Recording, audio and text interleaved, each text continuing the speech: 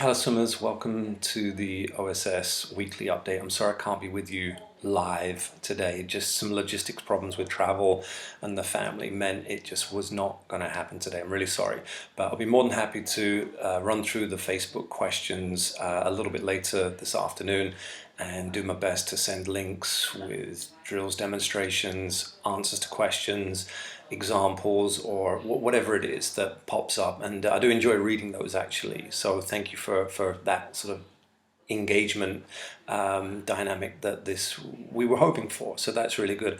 Hopefully Ollie is either playing this or putting a link to this. I'm sorry to have left everyone in the lurch at short notice, but it just couldn't be helped. But anyway, it's week 4 and another technical element. We've built up from arms on week 1. We then looked at rotation from 2 different body position drills that I really like.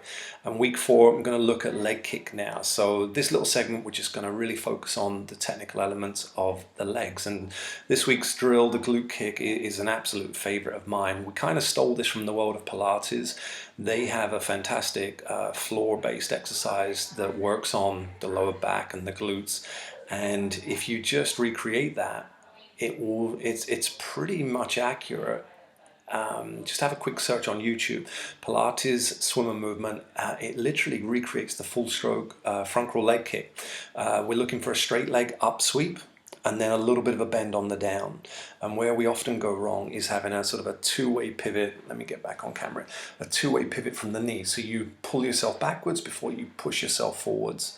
Ideally, it's straight. We lift it up a small amount. You feel the heels bubbling at the surface with that nice high body position from shoulder to hips to knees to feet, all in one nice alignment at the surface. That's really what we're looking for. And sort of week 4, the theme was as your technique improves, speed will improve as a consequence. Don't think about trying to learn to swim faster. Just let it happen. As your technique improves, you swim more. It doesn't need so much energy. You start to pull yourself in the right direction with the right movements and you will just get faster.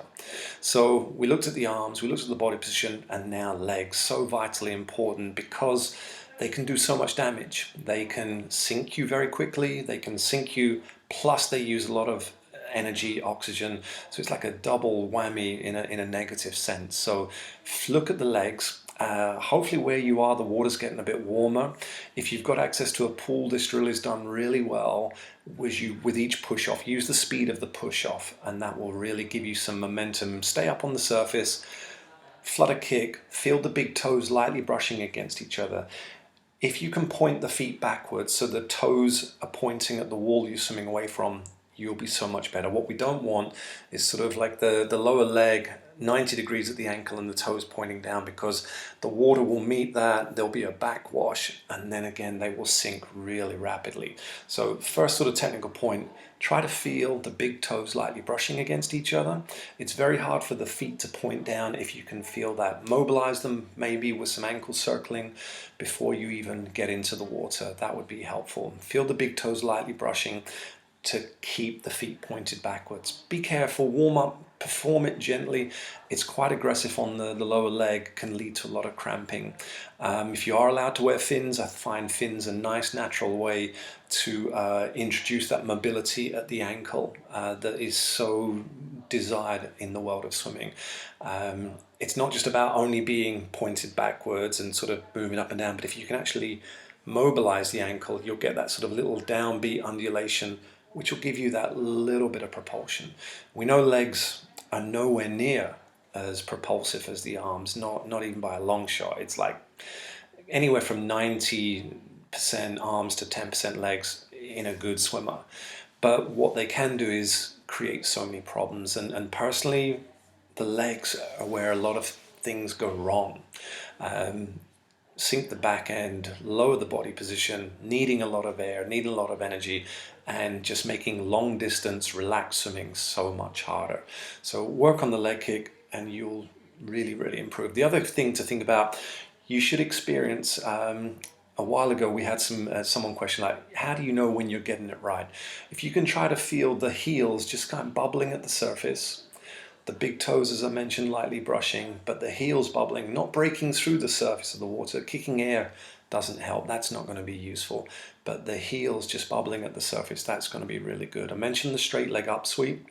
Okay, you can bend on the down, okay, but really needs to be straight on the up and then get a little bit of a downbeat, and then you might get that flick at the ankle. That would be really, really helpful. Don't kick the air. Work on this in conjunction, not just in the pool or lake, river, wherever you might be, but also in on dry land. Look up, do a little bit of research on the Pilates swimmer movement. That's going to be really, really helpful. Improve your body position, improve your streamline, and no matter how good the arms are, you may never ever achieve a perfect early vertical forearm, which is something you might have read and heard a lot about in terms of pulling from fingertips to elbows nice and early, keeping the elbow high and using the surface area of the forearm to help. No matter how strong the arms are, how good the catch is, if the legs are sort of cycling and the toes are pointing down, it's an equation that's not going to work. The arms will never beat the damage that the legs are that the legs are creating. So hopefully that's something you can keep in mind and use to help move you through. What else? The 20-minute block is getting a little bit harder now. We're up to sort of a 5 lots of 4-minute block if you want to break it down. You've got the 1 minute steady, working towards 3 minutes, a little bit of a harder effort. That's a lot of swimming. 20 minutes plus the warm-up and the cool-down. It's starting to build 3 sessions. The other main sets are 16 minutes and a 25-minute endurance swim towards the end. You know, hopefully you're feeling fitter. Hopefully in those longer swims at the end where you're just swimming without too much emphasis on technique or changing pace, you might start to notice you're swimming further in similar periods of time. That would be really nice to get some feedback that is working well and making progress there. So enjoy your longer swim. See if you're swimming a little bit further. That would be nice. We're moving into week 5 next week, and some of the drills will become a little bit familiar, but I'm going to give you a few little additions to make them a little bit harder if you want further challenges.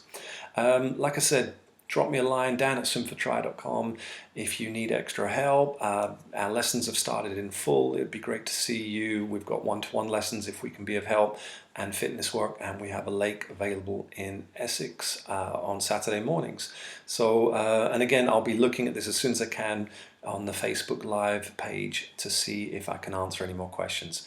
Appreciate your time. Sorry about today, but should be back to normal next week.